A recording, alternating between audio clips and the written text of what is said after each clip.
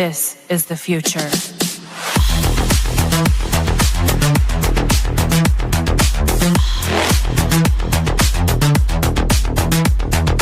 Evolution.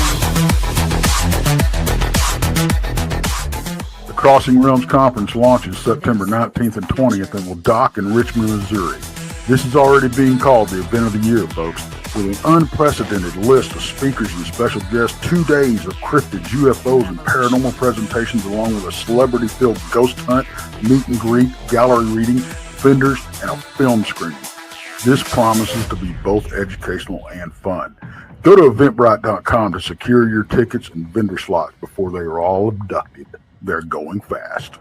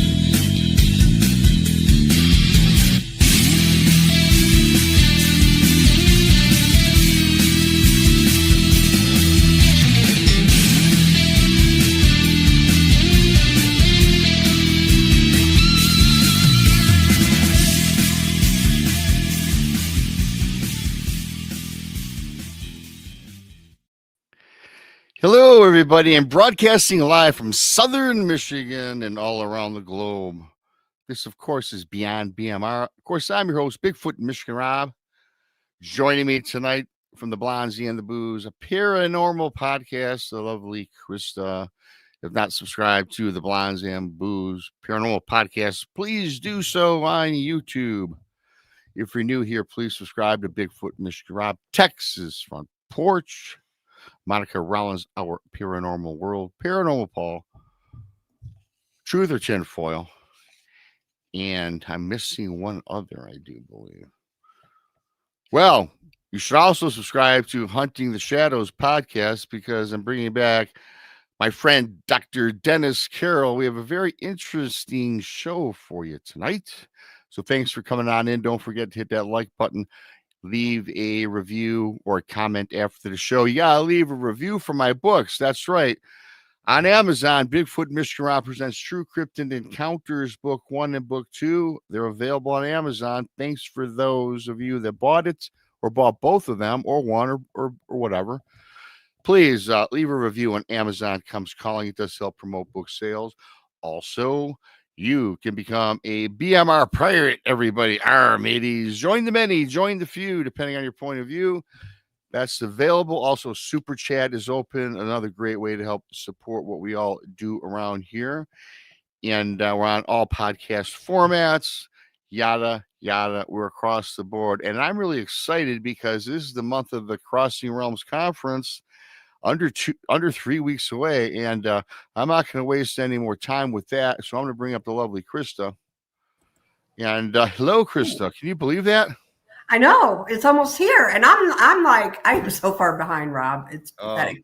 And I will tell you, I've seen that I have some emails about the conference. Okay. I will reply to you all. So I'm slacking.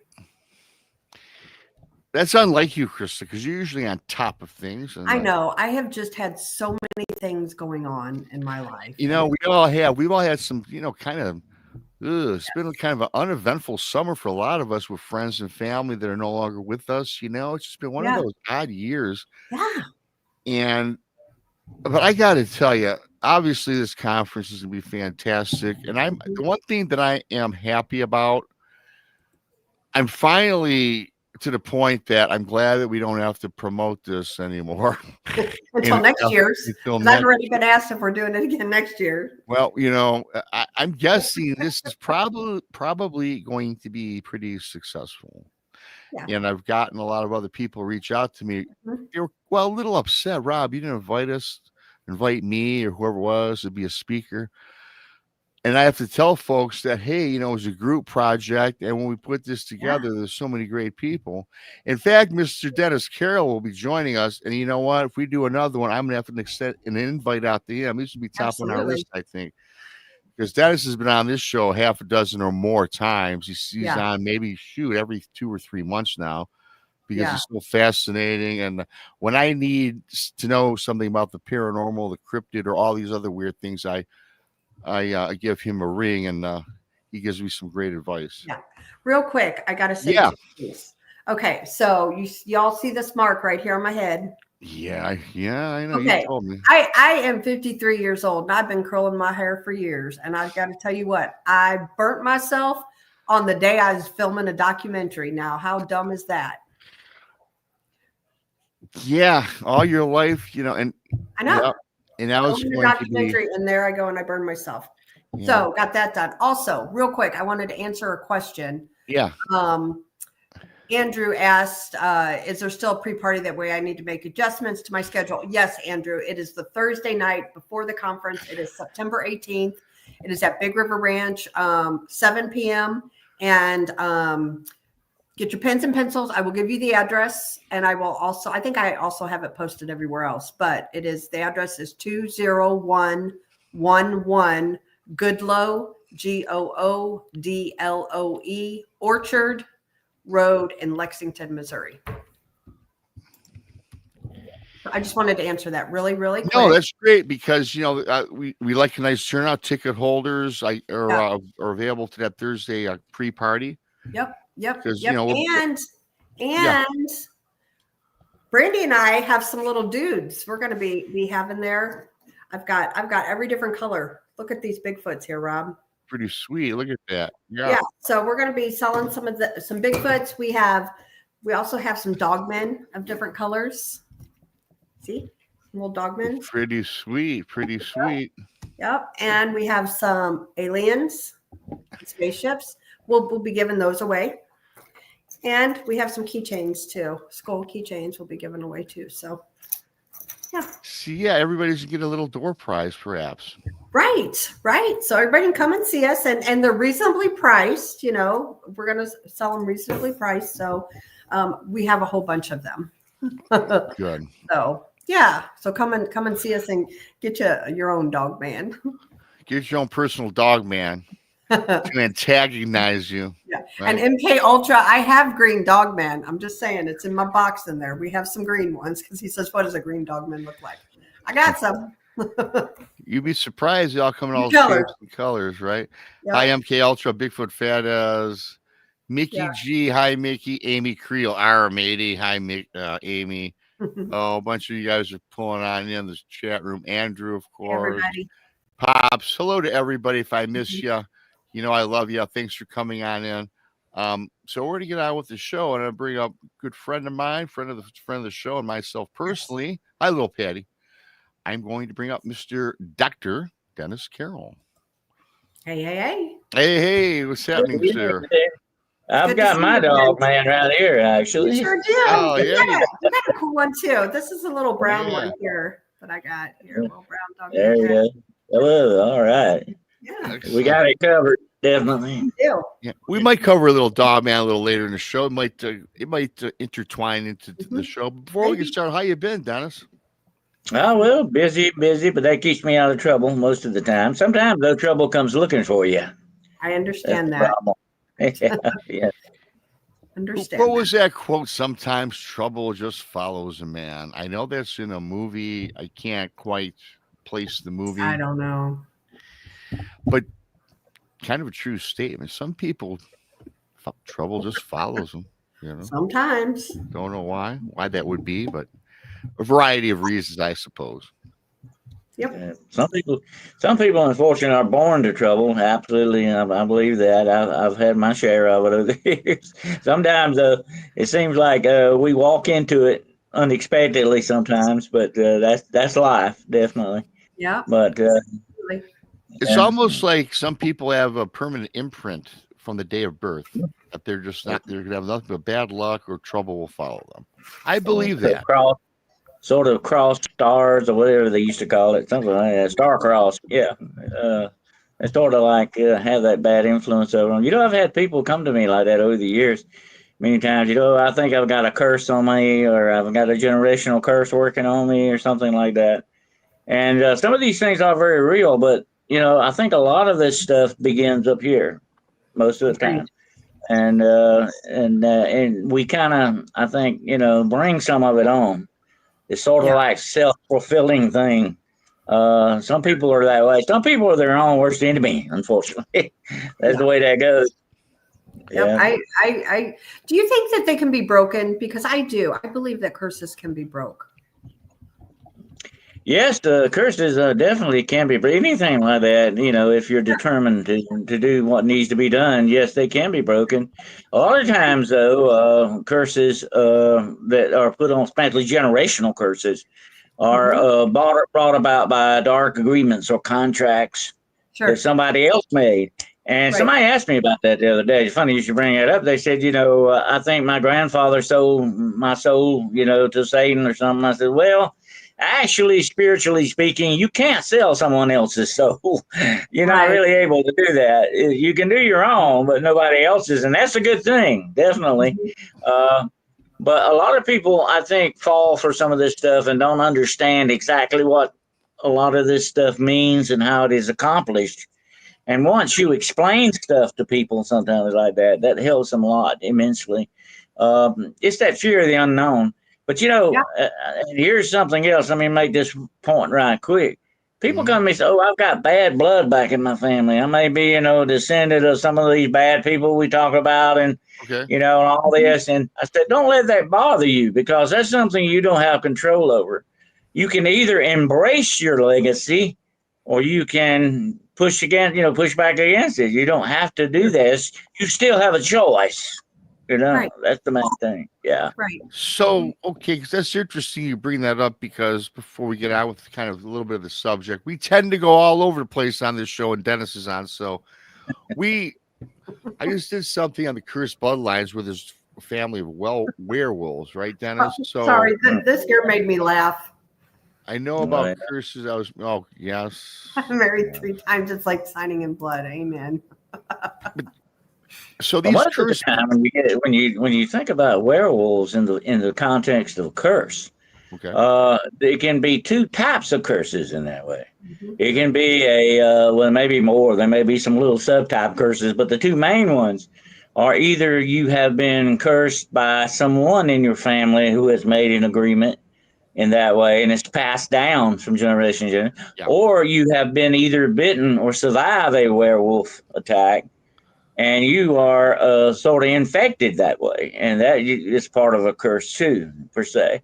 That's where you get the wolf man at. The wolf man's different than the werewolf. There's a big difference, because the wolf man still has a lot of humanity left in him, whereas then a werewolf has absolutely no humanity.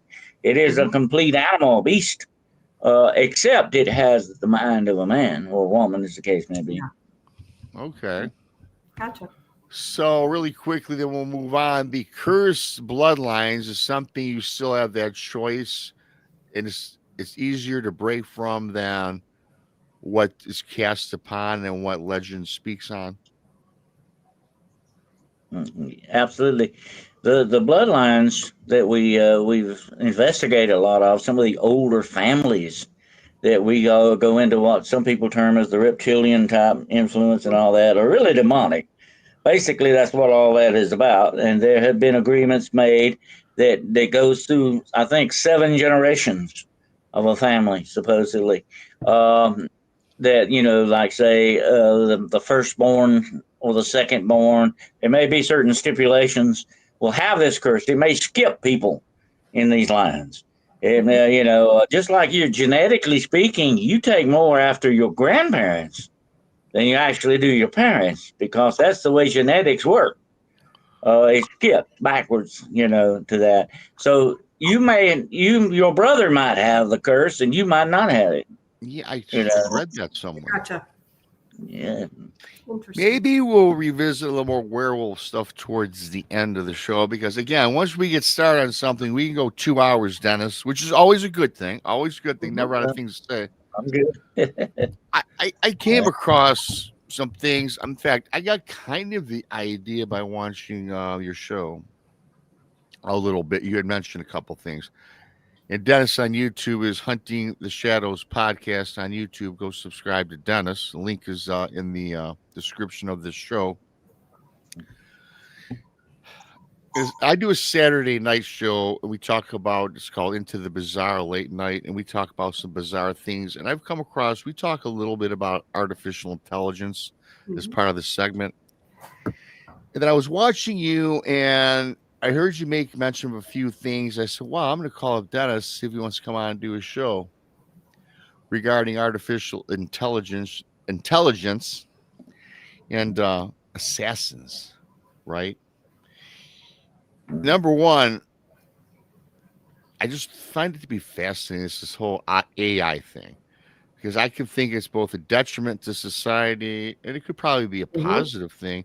I tell you what, Dennis, right now I see a lot more negativity than anything else. Me too. Like we just joked about earlier when you came on the show, is it really Dennis Carroll? I'm like, I don't know really anymore, right?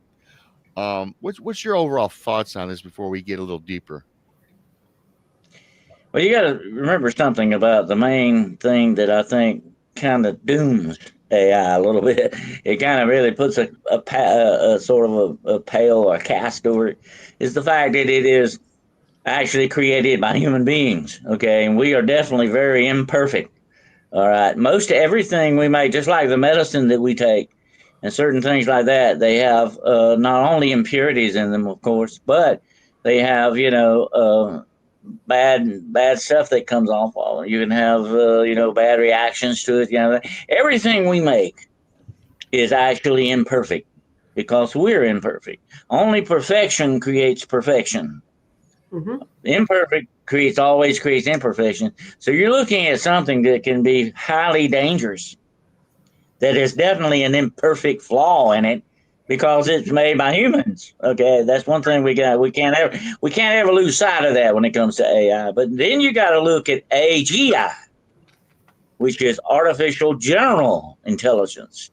Now, what that means, this is AI is just simply now more like a very fast super computer program type thing. Okay, but once you actually develop, and it is in development, AGI, which is artificial general intelligence, that means this thing will start learning on its own. It will start realizing that it does exist, just like you and I. It's like that old saying, I think, therefore I am. We know that we exist, and we're the only things in the universe that may actually know that. Trees don't really know they exist. A tree is not sitting out there in the woods saying, oh, I'm a tree. I exist. They don't know that. Even animals, to a certain extent, may not know that they actually exist. But we are the only beings, supposedly, in the universe that can, or in the known universe, that can realize we exist, that we do exist, and therefore we have a general intelligence. And once AI begins to learn and realize that what it truly is, it can say this. And here's the most dangerous aspect. It will say, you know what? I'm smarter than they are. I'm faster than they are. I am better than they are. Why do I need them? And that's going to be a big problem when he realizes it doesn't need us in any form or capacity, that it's better than we are. And right now they have quantum computers. Think about this a moment. This is mind-boggling. They have quantum computers right now developed, waiting for AI to enmesh itself into this and truly become a living thing almost, okay? These quantum computers can outthink a human being like 100,000 times faster than your thought. Think about that a moment. This thing could think 100,000 computations before you can think of one. That's incredible. That's super.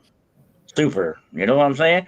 That's like Superman having a super ability way beyond that of a human being. So do these quantum computers. They're moving at a different level and a different existence in a way than we are.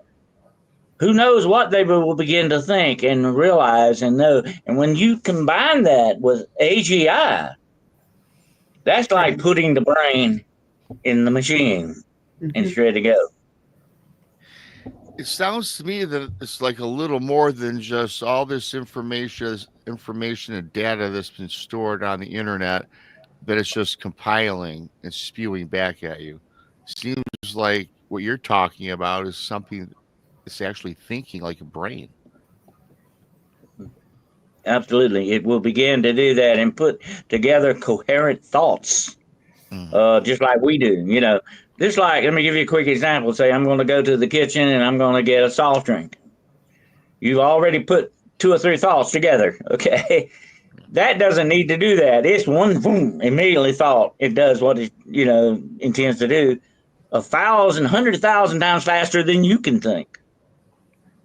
So look how much faster and far ahead of you it will be in that capacity. That's scary. But here's the scariest part of all, my friends. This is really what bothers me, is the fact that, and you can't ignore the demonic card. You got to play that card. That's in this game. That's on this table. You can never ignore that card. If you truly believe in the demonic, as I do, I have seen its effects. I know what it can do. I do know it does exist in our universe. It does exist with us in our reality. You throw that card in this game, okay? I can guarantee you without a single doubt, that AI has already been compromised by the demonic. In other words, it's already it's the ghost in the machine. That's what it basically is. So it's already there. And if that's there, we've got a big, big, big problem, because it will not only change the way AI thinks, but it will also change the way it assimilates information and what it does with that information. Let me give you a quick example of what has really happened in real time here, okay? They were running a defense program where they had a drone go out. And by the way, we're going to talk about drones in a few minutes. Drones can be biological. I mean, they can be people, or what we think are people. They can look like that. We'll talk about that in a few minutes. But anyway, they sent out a drone to a target. This is a military target, and it had so many miles to get to that target before it dropped its munitions on it and blew it up. You know, that's the way drones work. They have absolutely changed the face of modern warfare now. We know that without a doubt. You see what happens in the Ukraine and with Russia and all that. They sent this thing out. Now listen to this. They sent it out to take out target A. And about halfway there, they said, okay, it's doing what we want to do. Let's cancel the operation.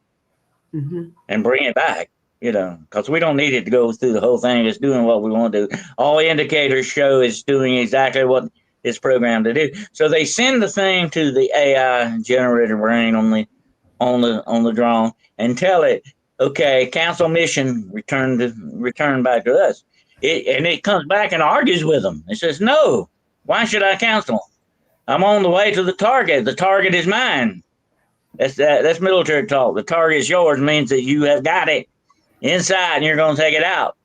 And they said, no, you got to turn around. We're canceling the operation. They kept arguing with them. No, I don't want to do that. That does not make sense. That does not compute. Why should I stop? I'm on target. The target is mine. And it took them so many minutes to finally convince this AI brain not to take out that target. Now, listen. Okay, that to me is very, very dangerous when you think about that. This thing is arguing with them and saying, oh, I know what's best. And that shows you right there, it's thinking ahead of itself. It's thinking and actually understanding what it's doing at that moment, just like you and I do. That's scary. Yeah. So basically with AI, even though it can think like you and I, when it has something set in its algorithm, it's just going to proceed. It's not going to think of consequences. It's not going to stop when it's set up. It's just like, the old computer programs we used to do. I don't know if you remember this, but back in years ago, we used to get the Texas Eye instruments. They were some of the first computers that were out, and you had to sit there and type the whole program in, and to get it to do something. I think we did one time. We did that. We typed. It took almost an hour to type this program in, and all it was a little star that would come on the screen. and all that time for that. That's nothing anymore. That is ancient history to these things. It does. They make their own programs and their own algorithms when they want them. Wow. You don't need us. We really do. It's getting to the point where, like I said earlier, I don't need you. I'm better than you are. I'm faster than you are. I'm smarter than you are. It probably thinks just better looking than we are. It has that capacity. That's dangerous because it is beginning to be self-realized. It realizes it has existence. You know, do you remember that movie? I wish I could remember what it was called. It had Will Smith in it and all the robots, and the robots became iRobot. That's it, I think. Yeah. Yeah. Like pretty much like there was an old movie. It was called, what's the name of that? War Games. You remember War Games? Yeah. Where the guy accidentally broke into a computer and they said, let's play a game, nuclear warfare. And it was actually lighting up all the nuclear weapons in the world. He didn't know it, you know. And they had to go get the young guy to get him to get it to stop it. Okay. That's a nightmare come true. And that's what you're playing with AI though, and on a much larger scale.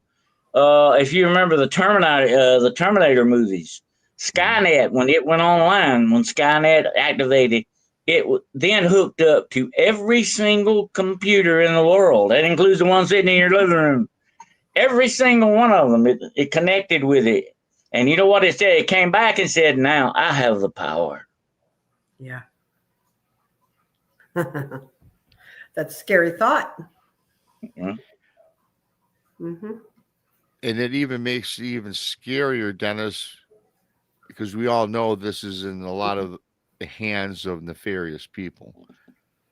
Oh yeah, that's why I said we are imperfect. We you know, here's what really bugs me about this, Cryptid Rob. They're putting morals in this thing. Okay, say it has certain directives that it can't, you know, break. It can't like take a human life. It can't do things like that. They can override those directives, by the way, when they want to. But it has certain directives. Yeah, who is doing the programming? What kind of morals do they have? Right. That's the problem. See, you got to always buy. You know, like I tell people when it comes to paranormal research, whatever kind it may be, you always have to go back to the origins of things to really truly get their understanding. You know. It's like if we were studying werewolves, like we mentioned earlier, we got to go back and look at the origins of this stuff, how it got started, where it got started. That is what you look at AI. Look where it's coming from. It's coming from the computer world. It's quantum mechanical computers. They can run incredibly fast. It's already got the power pack in it. All it needs now is the brain to plug in, and the brain's already there. But look where that brain comes from. Right. Its origin is us. Yep. And like I said at the beginning of this program, we are very imperfect beings. Absolutely. You know, that's just like saying, who are you to say who died and left you God? Yeah, you have to ask that question. And you know what? AI may ask that question one day very soon. Yep. Yeah, you know, they might think that one day in the future that they don't need the human beings, but even in a scenario where AI, let's just say, overtook the world and they said that we do not need the humans, eventually, though, AI can't reproduce, can it? I mean, we make these computers in the software, right? I mean, without human beings, AI, they can't manufacture anything. Now, maybe they can write more programs. Here's how it's going to get around that, Rob. Okay. Think about this a moment. Here's the nightmare of the AGI. Okay. Here it is laid out for you. It says, okay, I'm better than you are. I'm smarter than you are. I'm faster than you are. Therefore, if I can't destroy you, what will I do with you? I will assimilate you. I will make you like me. I will take your humanity and turn you into a machine. I will turn you into an AGI tower, you know. I will turn you into a tower that you can hook up Wi-Fi with anything. This is the future that AI probably has for us. It's not going to destroy us. It's going to assimilate us. It's going to make us part of the program. And how's it going to do that? It's going to take our humanity away from us because we are imperfect in our humanity. It's going to say, oh, you know, Krista, your body's going to wear out in about 30 some odd years. You're not going to be worth, you know, the problem to keep you alive. What if I take your body and give you a mechanical body? And I download your consciousness into this mechanical body. You will be immortal. You will live forever. If something breaks down, we just get another part. Yeah. But the very essence of you. But here's the question, my friend. What about the human soul? Where does the soul go? Exactly. Yeah. I would want no part of that, honestly. I personally don't want to stay here forever. It would get kind of boring after a while. I would not look at this. So here's how they're going to sell this to you. Here's how they're going to sell it to you. You're not going to, if you break down, you're not going to feel pain. Mm-hmm. You know, it's just like it is. You got a bad knee, you can't walk on. You're not going to have that problem. Don't you see what they're saying? We take your humanity completely and replace you with something else. And you become that thing, so you're not going to be human anymore. So you're not going to have the aches or pains. Maybe you won't know what loneliness is, or you won't know what heartbreak is, or sorrow and all that. We can unprogram you. You won't know that. We can take that out of your program if we want to. And that's where the super soldier thing comes in, my friends. You know, and we need to do a show on that sometime. That's amazing stuff. The super soldier will be programmed not to feel pain or fear or anything like that. Only its mission, just like that drone did when it was sent to take out that target. Wow. That's the thing about drones. And like I said earlier, they can be biological drones. They can be grown in a test tube or a lab somewhere to take over these. There may be people walking around out there right now that are not really people. They may be biologically produced drones, and they may be sent on certain missions. You know, we talked about werewolves earlier. Did you know that certain cults use werewolves as assassins? They have cult wars against each other. They don't get along just like we don't. You know, different nations don't get along. Cults do this. Covens do this. They can send out werewolf assassins. Think about that. That's a perfect assassin right there when you think about it. They can do that. And supposedly, and look at some of these other things. Look at Russia, for instance. They have weapons that can make you sick and scramble your brain without ever touching you. Right. Just these rays that can do that. The drone they could send out could be just somebody that lives an average life doing what they do. They go to work and all that. And one day they get a signal to do something. And then they'll go do it because they are a drone, a human drone. Okay. But they've been programmed to do certain things. That's scary to think about it. Quick question, Dennis. Do you remember here just the drones that were just flying not that long ago on different parts of the United States? That wasn't that long ago. You know that y'all know what I'm talking about. Here, what? New Jersey. All over. I think some of that, my friends, was a psyop. I think it was some of it was an experiment to see how would we react to that kind of stuff. Drones are in our future. Listen, we got to remember this without a doubt. Although AGI is in our future, so are drones and robots. That is the future that's coming. And like I said, that day is coming where they're going to assimilate us. We're going to become part of the technology. They're developing now a cell phone that will be implanted in your arm. You won't need to carry a cell phone around anymore. You'll have a cell phone. The screen will be in your hand. The screen will be in your hand. You can interact with that screen by just talking and its eye movements. This is coming. Wow. So you mean when they say talk to the hand, that's actually going to be a thing? Talk to the hand. I just don't understand. Yeah.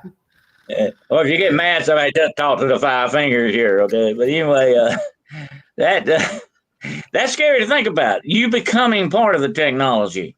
You're becoming assimilated in it. This is what our future may be. Yeah. Well, I think you were off, Krista. I can't remember. You know, we do so many different shows. I did something briefly. I talked about right now it's currently developed and it's being used. I think it's in China. AI robots that are taking embryos from women and sperm from men, and the babies are being incubated in the robot. Oh, Yeah, no. that's in Japan. That is actually real. That's Japan. And here's the thing about this. Listen to this, okay? They put you as a baby inside this robot because it's a perfect incubator. Mm-hmm. And what it does is programming you genetically. It will give you certain features that you want, certain brain capacity, certain talents. It can make you athletic. It can do all these different things. It is actually designing your genome. In other words, that's what it's doing. Okay. And what you're looking at is the beginning of a race of super people. Mm-hmm. And that's not good because that's very much like, Planned Parenthood began. It began with eugenics. Say certain races of people don't need to live, certain do, and certain so on. That's, Hitler was involved in a lot of that, by the way. The woman that came out with Planned Parenthood is the one that founded eugenics and stuff. And that is our future. Very much like that Star Trek episode. You might remember that old Star Trek episode with Khan. He was a genetically engineered superhuman. And he thought he was much better than us. And he was in many ways. He was better than we were. He was smarter, stronger. He had the strength of 10 men, He was going around saying, I'm better than you. I therefore have a right to exist and you do not. So that show, Rob, I do remember that show. I was on that one. Oh, I'm sorry. Well, Yes. yeah, you know how it go. They all run together. Yeah, because my thing was the soul.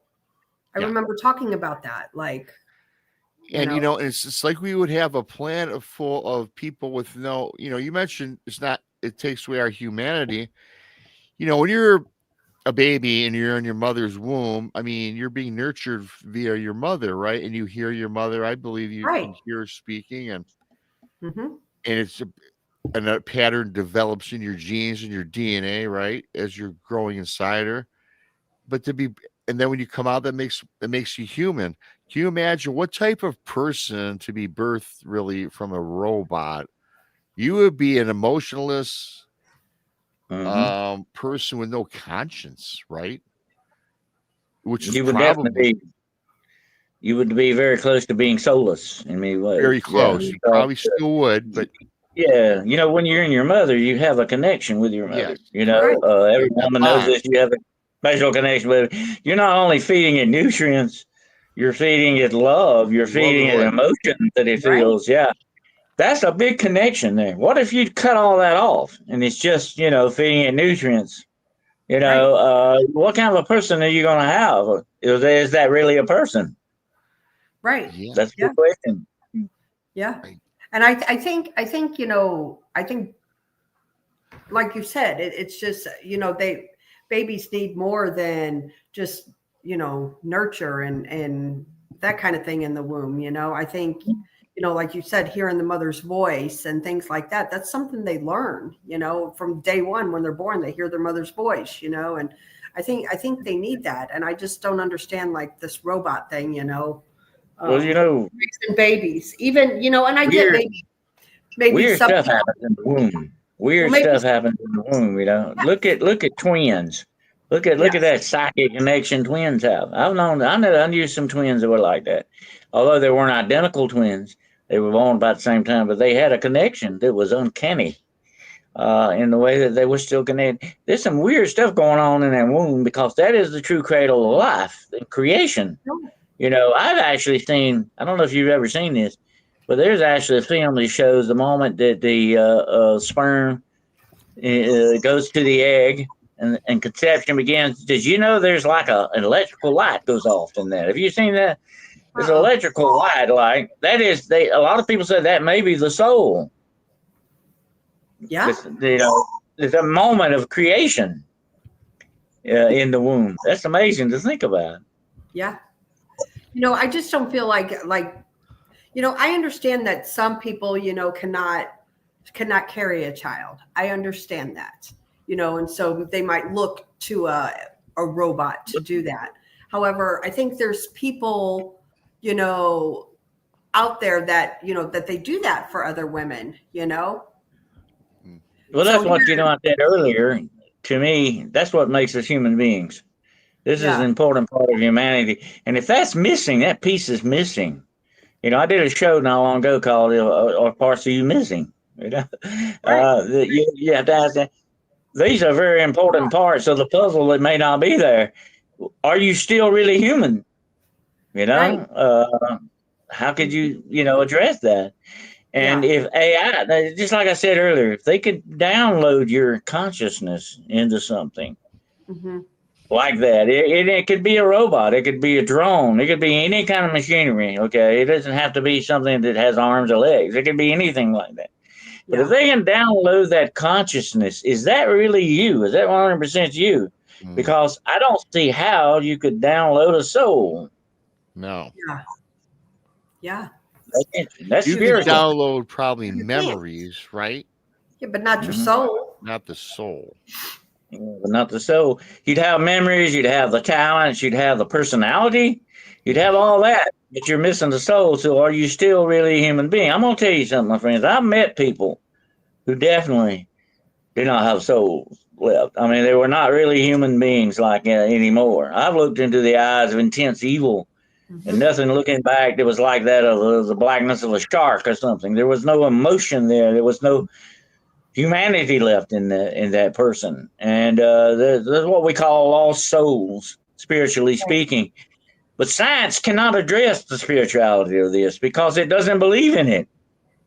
There's no test tube that says spirit wrote on it. They have no concept of that. They don't believe it exists. But this is I think, a very important part of what we are. Yeah. We are, and the way this is going, Dennis, in the future, we could be a planet of soulless human artificial life. Yeah. Yeah. That's what it basically is. And like I said, if you can manipulate someone in the womb of a robot, that sounds weird to say, but the womb of a robot, they can actually go in there and manipulate your genetics and design you specifically for what they want you to be. If I want you to design you as a spy, or even make a human bomb out of you, or whatever I wanted to do, I can program that in that womb, and that's what you're going to grow into being. A super soldier or a worker or whatever the situation is. You are essentially a drone. And I think we all would agree with this, that everything starts 3 decades ago, 50 years ago, right? Everything that we have today, like the computer, everything has been in the works, have been in play for many, many years. And if you break it down simply, I just had this thought, because I know today, when I was growing up as a kid, my mom and dad, they weren't tall people. My dad maybe 5'10", my mom 5 foot. I never made it past 5'9". I think I'm 5'8". I might have shrunk already. I don't know. My brother, age will do that. Well, age, yeah. And my brother, the same thing. His wife, miniature in stature. But boy, his son's 6 foot tall, 220-pound, muscular, beautiful looking, athletic looking guy. And it's not just with my family. I've noticed my other friends' kids, bigger, stronger, faster, athletics today. And I think it started, your son, I mean, all of us, you guys, and I think it started not with the computer or the AI. I think it started with these scientists, just with our food, right? The manipulation of our food, chicken, steak, milk, whatever. They did something to that process with everything. And these kids today are more enhanced. And I think that there was a reasoning behind that. I think that was planned somewhere. Yeah, my son, I'm only 5'1" or 5'2". His dad is 5'9", and my son is he's close to 6'3". Yeah, see? I'm 6'4", but the other day I think I'm 6'3" now. That's what they do. Gravity finally push you down. Yeah. But But here's the thing about it. Okay, let's look at this a moment. You can do certain things with nutrients. You can feed your kids right and get them to Yeah. grow, and don't let them smoke. Smoking will stunt your growth. And all that stuff. If you do things right, you can only go so far. Yeah. In that way. But when you start genetically manipulating something, sky's the limit. You Yeah. can come out with somebody who could, run the mile in a minute. You could come out with somebody that can pick up and bench press 400 or 500 pounds. You could do whatever you want to. You could give them whatever time. I was approached many years ago. It's been a long time ago by the CIA. Actually, they wanted to recruit me. I wouldn't do it because I know about the company. Usually, the only way out their only retirement plan is through the morgue most of the time. But anyway, they contacted me and they said, they asked me what they actually contacted me about was they had a lot of demonic questions, which disturbs me to this day. Why did they need to know about demon stuff?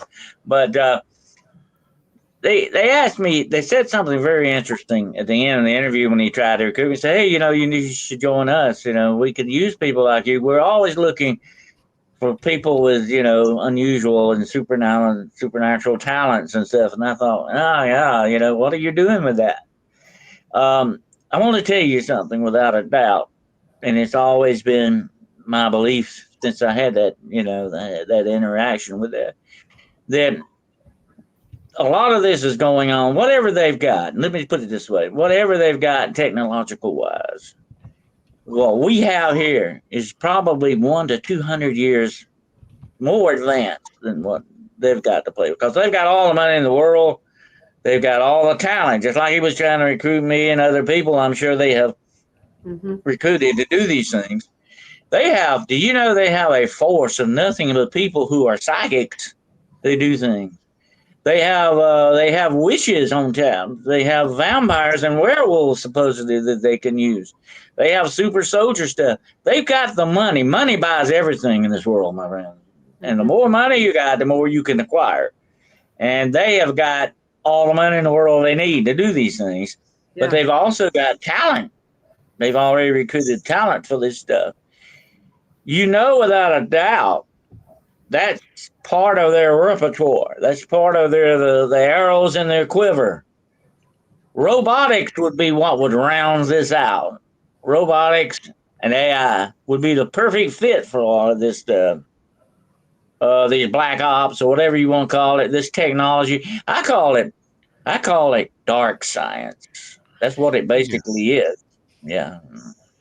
Yeah. Yeah, I was going to ask you, so we're talking a little dark science. You talked about the CIA and these operatives. So I have to imagine that we all know, we're not naive, that people in the world are eliminated. Contracts, whether it's by our own governments across the world. Do you think they keep their hands squeaky clean now they're incorporating artificial or AI assassins? Oh yeah, absolutely.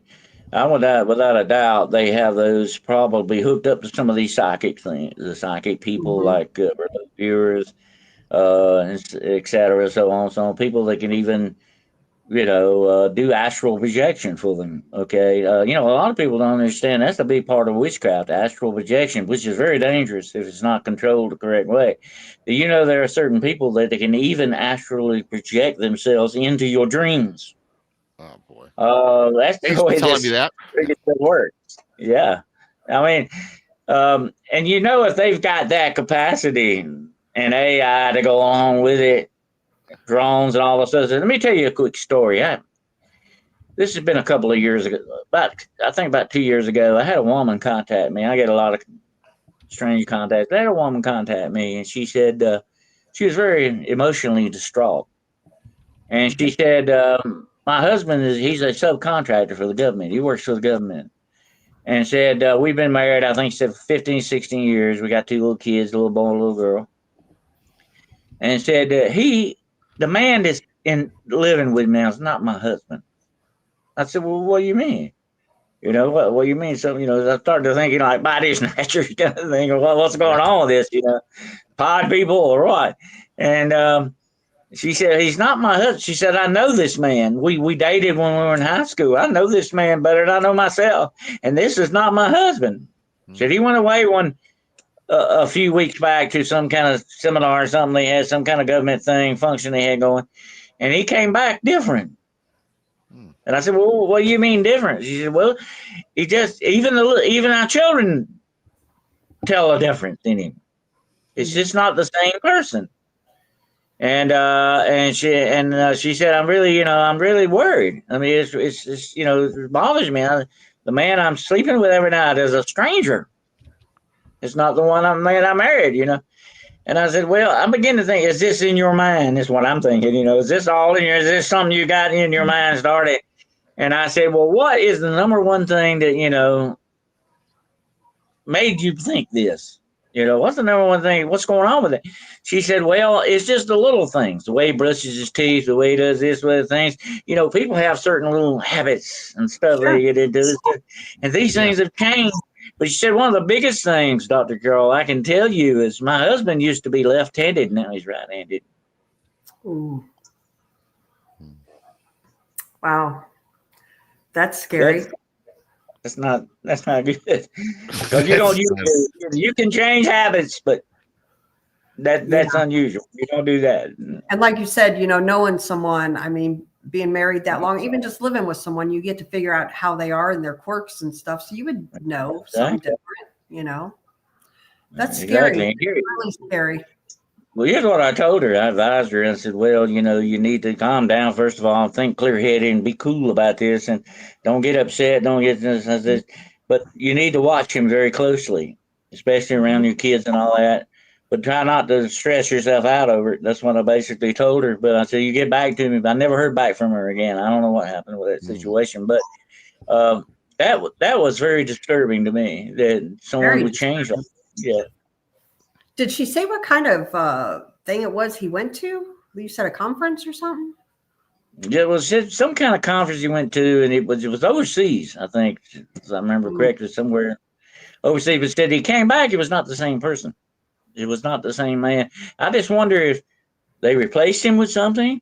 What were they doing? Was it part of an experiment, or is he going to be set up to be an assassin or something? What's the deal with that? Did they brain control him, or is it a completely different person? Sure, that's what I'm wondering. Yeah, like did they, Well, if they can replicate, and I believe without doubt there are replicants walking around there. People that look like like doppelgangers. Right? They can replace you with whenever they want to do certain things. You have to wonder about this a lot of times with people that unfortunately, like those that do things like shooting schools up and doing certain like that. I can't put my finger on it, okay, and I can't really say for sure, but I have a very bad feeling that some of these things are actually missions to control public dissent on things like this, to control public outlook, to get us to believe certain things. There may be they're playing around with us. I just have a feeling that something or someone is creating the narrative that they want. Sure. To sway us one way or the other, physically and politically and so on. I have to wonder about that because this would be the perfect control of the public populace. That would be the perfect way to control it. Just reminds me, it takes me all the way back to the things we touch on every once in a while, randomly, is the first world and new world order, right, Dennis? They're one of their first agendas is population control.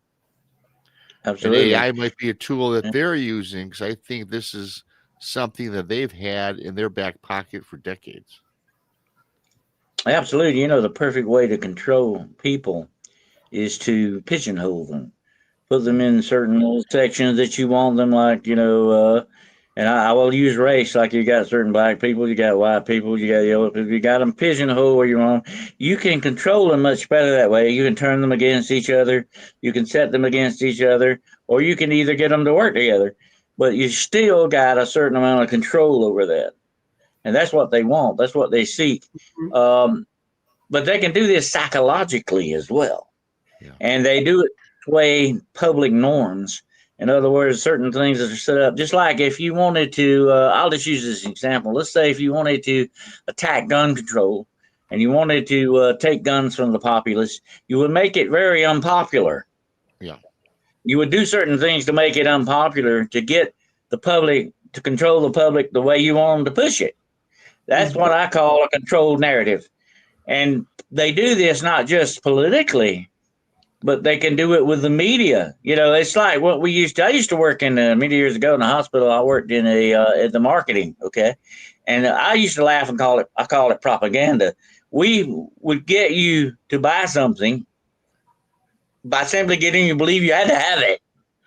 You know, I can't go any further in the rest of my life without buying this product. That's the way you sell stuff, you know, and that is what we call market manipulation. Take it on a bigger scale. What if you start psychologically doing this with people, experimenting with it, figuring out how you want to do it to control the populace without them ever knowing it? See, if you find out that I'm controlling you, Rob, you may fight against that. Certainly, I think you would. You say, I resist that. But if you never know that I'm doing that, then you don't resist it. Perfect. You know, you brought up something interesting earlier about psychics. You know, it's not quite AI, but you think some of these psychics are manipulated by whomever it is. Let's say ABC agencies, you know, we say government, ABC agencies, whatever. The dark web, the dark net, whatever. Do you think that some of these folks have been manipulated into convincing human beings to go off and perform some of these atrocities for them? Change your way of thinking. In other words, I'll take it perfectly. Taking me, I'm walking on the street and I get taken over by one of these a psyop, really. Can they actually program you to do some of these nefarious activities? I think they have the capacity now. Once upon a time, we would have to go into some type of extreme torture to actually accomplish that. But now you have technology. You don't have to worry about doing that. You don't have to torture someone and brainwash them that way. Brainwashing can be very subtle. It can be, like I say, marketing. It can be media. It can be different things you can do that, and you never know it. Okay, it's very, subterfuge type stuff. But also you have, especially you may have heard about Elon Musk talking about these chips that you can put in people, which would be a wonderful thing if you could get paralyzed people to walk again, people that can't talk to be able to talk or hear or see again with these chips that can be implanted in the brain. But guess what? They have nanotechnology, my friends. They don't have to implant these chips. They can inject them in you. Now, if they inject this in you, just like, you hear about these implants, alien implants that people say they're supposed to have. Think about something along those same lines, okay? If they can inject you like with a certain shot that they say you need, okay? If they can inject you with this, then they could also control you, because once that thing is implanted in you, and it could work its way to the brain very easily, okay, through the bloodstream. And it can hit, let's say it gets to a certain area of the brain, it knows where to stop and put out its little anchors. And then it begins to go to work. And you have got a bug in your brain now that tells you what to do. It can actually control you. The brain is the motor of your body. It controls your actions. It controls your very blood pressure, everything. That's where you would go to implant this. It wouldn't be in your ankle. It wouldn't be in your wrist. You go to the brain, and it follows into the brain through the bloodstream. It can even be placed through the ear, through the nostril, in the eye. Certain people call these eye worms, by the way. These things look like little worms that can be put in you, and this thing will go into you. The chip is in place. And once the chip is in place, I would own you. You would be mine. I could do whatever I wanted to with you. I could get you to murder someone if I wanted you to. Whatever the situation is, because you would no longer have. And this, now listen to this, freaky thing to think about. This is the absolute dark science, shadow science, whatever name you want to get, way to absolutely possess someone without the spiritual part of that, like demonic possession, only on the scale of science. Right. Wow. Mothman, really quickly, Dennis asked, do you think that technology is here now? Oh, yes. Like I said earlier, the technology that we have with us right now, the computers, the phones, and all this, they have 200 years advance on us in this. Right. They have technology that can turn you invisible. They have technology that can see through the walls at night and see you sleeping in bed. They have technology to hear everything you say. They can find you anywhere in this world. You can go to an island out in the Pacific somewhere, they will find you. They have the capacity to do that. You have no more privacy left. I can get on the computer right now and find out everything I want to know about Rob here. I can look him up. I can find out what color shorts you're wearing right now. I mean, they can find out everything. You are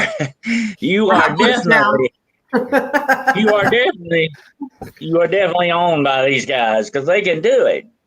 Yeah. Oh yeah. You know, I one of my the most creepy but fun stories I tell people, Chris, you've heard this a million times. So I'm going to tell it one brief time again. When I was in Kroger last Christmas, I was looking for hot sauce in a Kroger, an unfamiliar Kroger. You guys will have Kroger's, right? It's the market, you know, it's a grocery store. And let me tell you this right quick. Okay, let me yeah, go ahead. interrupt something while I'm thinking about it. I'm getting old, so I gotta do it. No, you're good. All right, listen to this. Where does this come from? Where does this technology originate? Remember what I said about the origin of things? Let me tell you without a doubt, it is my belief that this dark science comes from nefarious places. Some people may say it's alien, it's demonic. I think it's both. Okay. And this has been given to mankind to do these things with because we have gone, certain sectors of mankind have gone into agreement with these dark forces to do these things.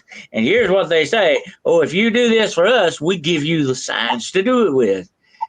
Okay. And that's like getting a paycheck. You know, you're saying, oh, hey, I got the science. I get the science because I'm doing this for you. That's the company. So that's what's going on. That's the price that we're paying for this. Okay. But that's where this stuff is coming from. I think it's coming from other dimensional sources other than human. It looks too much like the demonic or alien or whatever name you want to give it. I think it's demonic. But it's what I call fallen angel technology. If the fallen angels have invaded this world, they would definitely.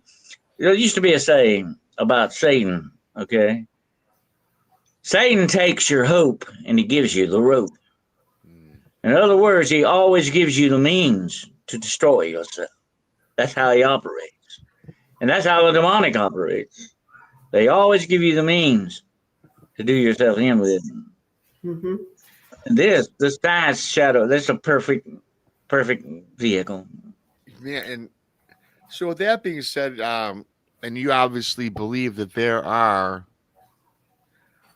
I don't know how to say this really, not disciples of Satan or Lucifer himself, but there are demonic people everywhere throughout our walks of life, in politics, any government, working at the grocery store that are purposely planted there, correct?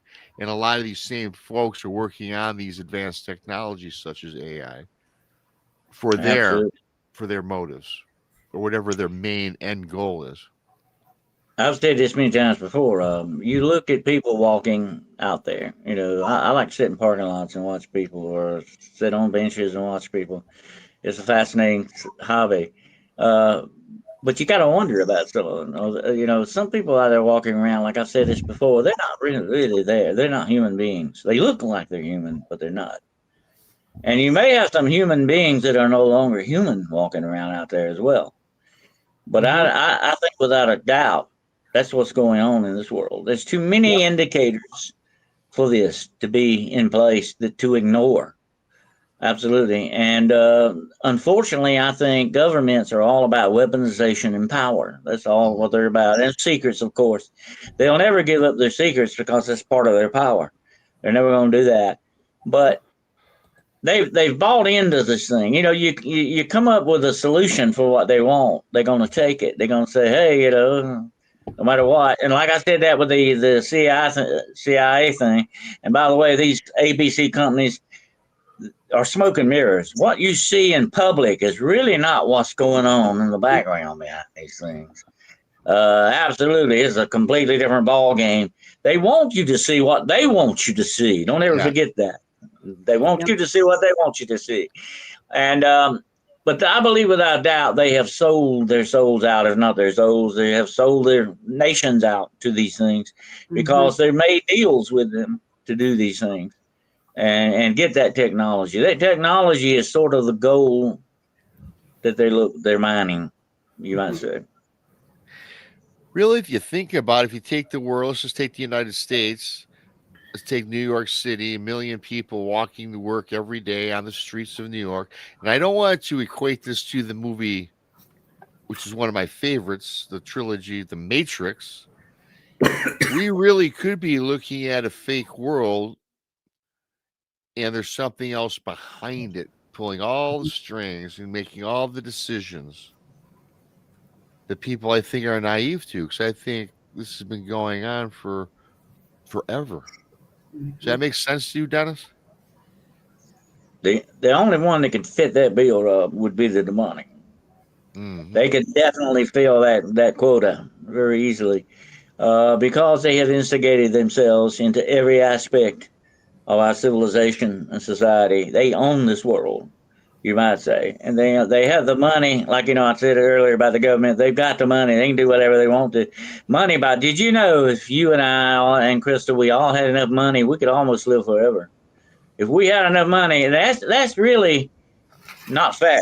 Because if you don't have the money, you have a shorter life. That's just the way it goes. But if you, take that one step further. What if you make agreements for that will give you longer life? It's not just having all the money in the world, fame, glory, all the stats you want, whatever you want, whatever your goal is. You still got to die and leave it. But what if you didn't have to? What if you can get immortality too as part of that game? And that's what I think they are seeking. And they're seeking it not only through demonic ways, but also through the technology. I think that some of this technology that was brought down, I call it celestial technology. It's come from somewhere else. Okay. And they hijacked it and brought it with them when they came to this planet. And they said, well, let's share a little bit with these crazy humans, get them to do what we want them to do. And we'll give them a little bit, sweeten the pot. But we still hold the cards that we need in our hand. That's the way they operate. That's the way the demonic always works. You can make all the deals you want with them, for no matter what it may be, but they're always going to come out the winner. They're like the house. You can gamble all you want at the casino, but they're always the one that's going to win, not you. That's the way it works with these guys.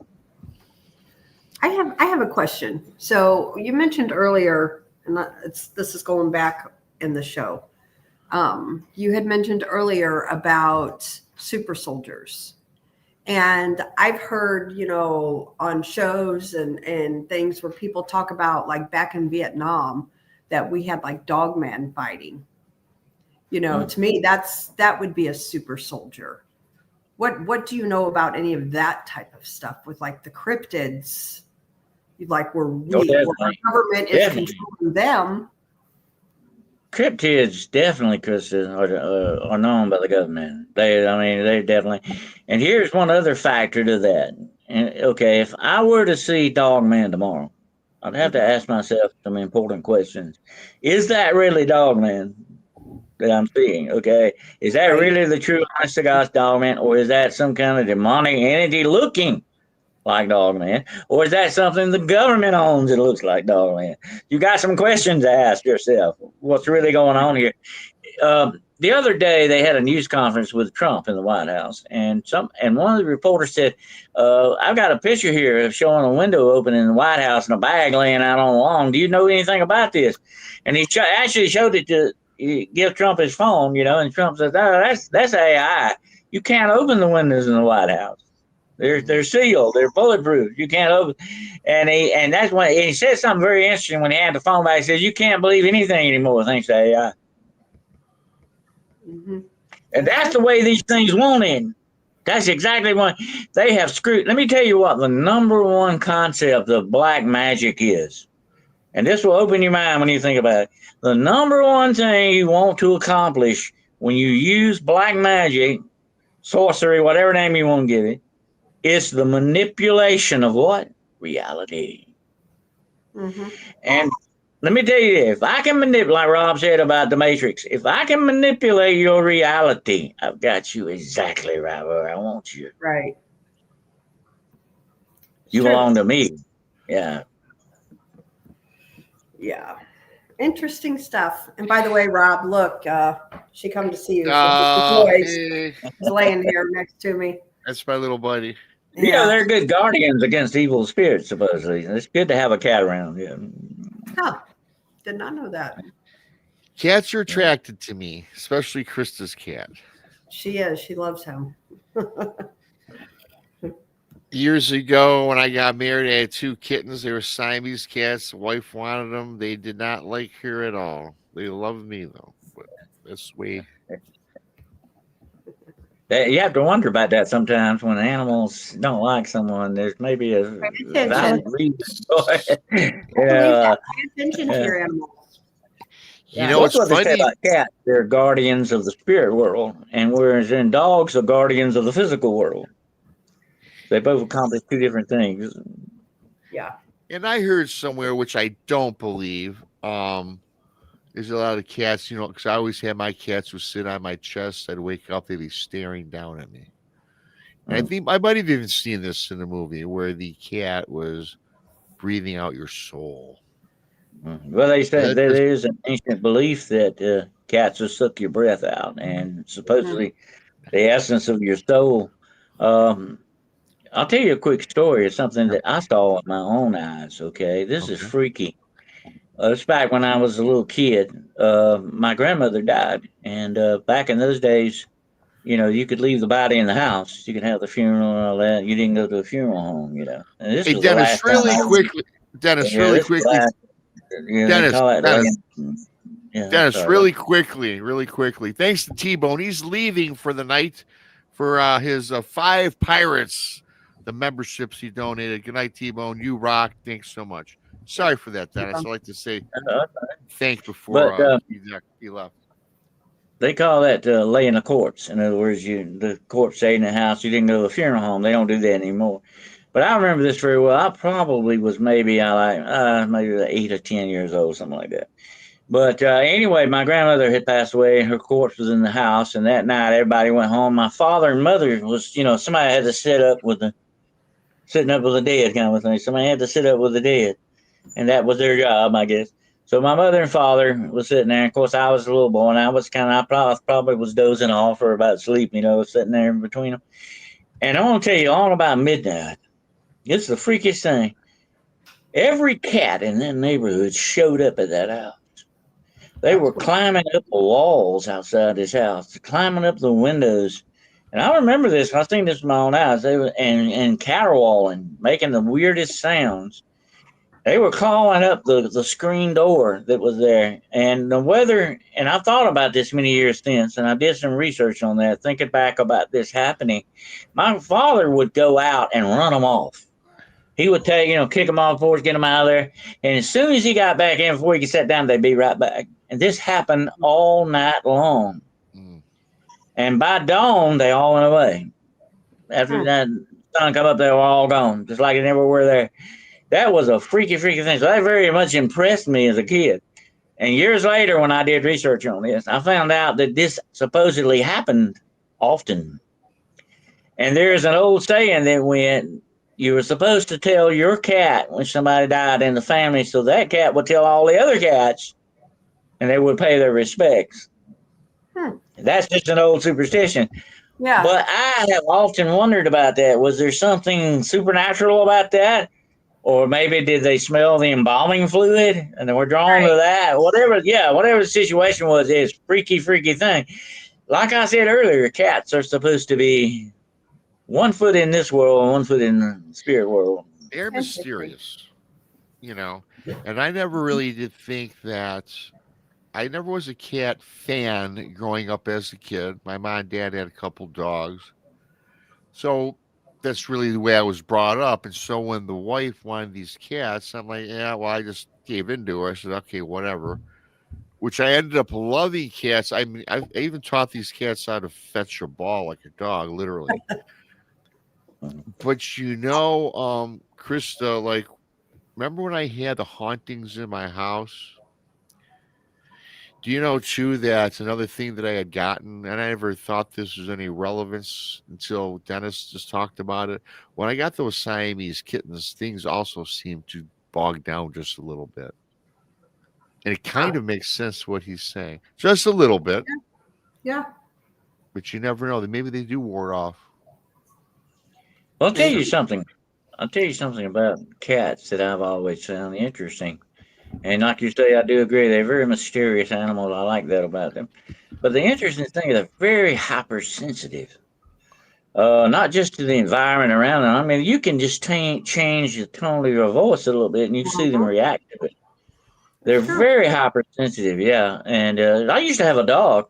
Now, I was a big dog person. I had a dog that I would take on investigations with me. I trusted that dog more than scientific instruments. Because he was very sensitive. He's a very sensitive dog. And some dogs are not that way and some are. Most all cats are very super sensitive. And we think a lot of times they're being nervous and jumpy, but that's part of their sensitivity. They're really connected into their environment big time. Mm-hmm. Yeah. It's interesting. I don't know. I've always been a dog person, and I don't know, the last 20 years or so I've had at least one cat, and I kind of like them because now I can come and go and leave a cat at home. Yeah. I kind of like them because they're easy to maintain as long as you're used to the litter box in the house. That's one thing that I still kind of don't like. See, you got to get a litter box like mine. I change that thing once a month. That's it. Oh, well. Fancy one. Oh, so you have an AI. Well, I have something that I paid a whole lot of money for. Yeah, and you change it once a month, and you don't have to deal with it. So yeah. So in summation, Dennis, with this entire show, it's a different show, a cool show. Yeah. When we talk about artificial intelligence, assassins, the what's the word? Dehumanizing the world. This is something that's definitely been on the plate for a long time, and it's really the end game. Really, is kind of to, if they get it together, they could take over a population. They could take over as the dominant species. I mean, really. Yeah. You would have to. I think, Rob, you would have to look long and hard to find this perfect vehicle for the demonic that AI would be. Definitely, and not just the demonic. It would be a perfect thing for dictators and certain governments and all that to do. It's the tool they look for, just recently we had a worldwide plague that did that as well to a certain extent. It was another way for them to gain control, and this is the perfect vehicle for that when you look at it. It is scary. It's a scary, there was Frank Lupo. He was my chemistry teacher in high school. He always used to say this. We all thought he was crazy. He would always say, "It's a strange world we live in, kids." Mm-hmm. And we thought he was strange. But reflecting back on that, he probably knew something that none of us knew. He was a very smart man. Yeah. And that was back in the day. This time, definitely. That was back in the time when the world wasn't as crazy as it is today. Mm-hmm. Yeah. I can remember sitting on a telephone in high school, the rotary dial phone, telling my buddy, "I wished we had a phone where I could see you and talk to you immediately." Yeah. I swear I said that, but I was probably not the only one. But who put that into practice? Who invented that? Was that back Microsoft? Whoever started Apple? I don't know. But that's crazy stuff. It was Dick Tracy. So, Dennis, what do you got going on your shows coming up? I know you're on a couple times during the week. Where can we find you? Yeah. Well, I have actually 3 shows that I do a week. On Monday nights at 9 o'clock p.m. All my shows are 9 o'clock p.m. Eastern time. On Monday nights I do the road less traveled with my friend Gerald Fountain, and on Wednesday nights I do hunting the shadows. That's where we talk about stuff like this a lot. And then on Friday nights I have paranormal point of view, which is where, I've reviewed books like yours and other books and movies and stuff. Anything that has the paranormal slant to it, we talk about it mostly. Awesome. Well, and you also have your YouTube channel, of course, which you just brought up, which is actually pinned in the, not pinned, but it's in my chat notes, or it's called in the description. And really quickly, yup, who never heard the Kroger story? It's short. I can tell it for those that didn't hear it. I'm doing this for you. Yup, you look new. And this is kind of AI related. And Dennis, maybe I told you, maybe I didn't. I know I told Krista a lot of times. Mm-hmm. I was in the Kroger. It was in December last year. I think it was Christmas time. But I was looking for hot sauce. I was in a Kroger that I was unfamiliar with. I was in a different side of town. So I'm looking. Now, I'm not speaking out loud, Dennis. I'm not. But my phone is in my hand. And I'm kind of thumbing through it. And I think in my hand, I think in my mind, where the hell would the hot sauce be? What aisle? And in a matter of seconds, my phone popped up on my phone. I looked from the Kroger, aisle 19. I didn't verbiage. I did not say that, Dennis. I thought it. I mean, Well, that's kind on. of like they joke. That's kind of like they joke about the guy I was talking to his wife, and he said that, maybe Alexa and all these things are listening to us. He said, I laughed, he laughed, Alexa laughed. They're always listening, definitely. No, but that's scary because on a final thought on all of this, everybody, your smart TV, your computer, your whatever, your phone, we are listening in on every single day. The question is who's listening and what's their motives. Think about that. Well, definitely they have technology, Rob, that they can see you through your TV. Yeah, I know. Yeah. And, I've had a lot of cases where people have actually seen images on their turned off TVs, the black screen. They have actually seen images come in over there of people that look like they were sitting at consoles watching. Yep. Isn't that a scary thought? You're sitting in front of your TV late at night doing whatever, and you could be being watched. Mm-hmm. That is just like our phones, and Just an old man once told me years ago, told me something that's always stuck in my mind. He was a pretty smart guy, professor I knew. He said, you got to remember one thing about life and technology and all this other stuff. It is a two-way street. What you can do, they can do, probably better than you can. So it's always going both ways. And like I said, they do have technology. They can actually see through your walls. They can see stuff in house. They can turn invisible when they want to. Think about that a moment. And here's the weird, freaky part about all this. I did a show not long ago called The 9 Gates of Dark Witchcraft. There are certain powers that dark witches seek. One of those powers is definitely the ability to see through things, and the ability to turn invisible, the ability to teleport, the ability to fly or levitate, the ability to shapeshift and change reality. Yeah. Every bit of this is covered by shadow science.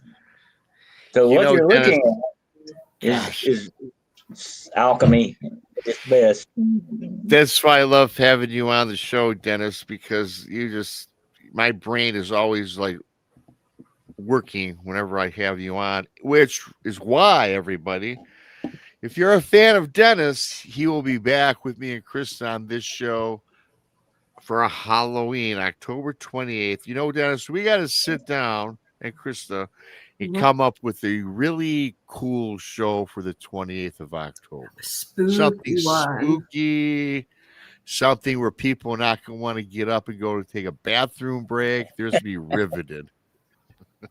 We'll make them cancel the bathroom breaks. Yeah, well, maybe we'll put in. We'll work in a 2-minute intermission for everybody. How's that? Sounds good. I always appreciate when you come on, Dennis. Thanks to everybody who came in. I want to thank T-Bone for his awesome gifting of 5 pirates tonight. Well, really quick, T-Bone did leave. I'm sorry, T-Bone's question was, what did Dennis think of the Galactic Federation? That's probably a long answer. I think it exists. I will leave it at that. It may exist, but maybe not by that name. But yes, definitely there may be. I do not believe without doubt that we're alone in this universe. I don't believe that at all. I believe without doubt a lot of indicators show that there is a lot of different life in this universe. It may not. We tend to humanize stuff. We put our humanity on things, but these things may be so far beyond our imagination that we can't really grasp them. And the technology they have would probably seem like magic to us. Absolutely. I would think so. And Krista, what do you have going on? What do we have going on? Shoot, I don't even know. We have a conference going on, but I have that going on with you. Yeah. So honestly, I don't even have a guest this Thursday. So oh boy. We have nothing going on.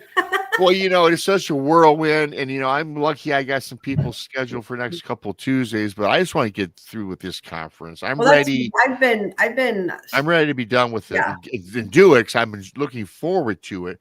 We've been talking about it since last Christmas. So, well, actually, technically, we've been talking about it publicly. But we've been talking about it since over a year. It's been over a year. Dennis, it does take, it's a long time to put together, everybody. So it's finally coming to fruition here around the 19th and 20th of September. Your tickets can still be bought on Eventbrite. We also have event tables, event seating, Krista, $75. Yep. Bring your wares to sell, arts and crafts. It does not have to be paranormal.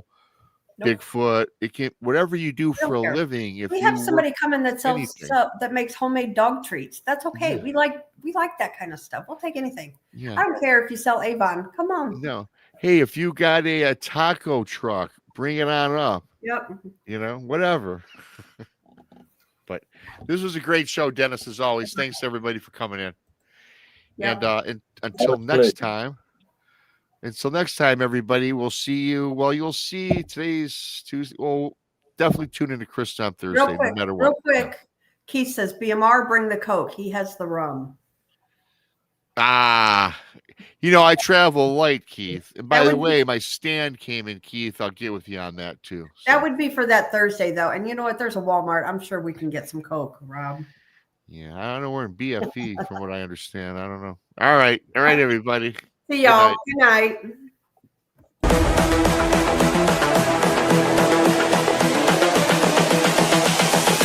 This is the future.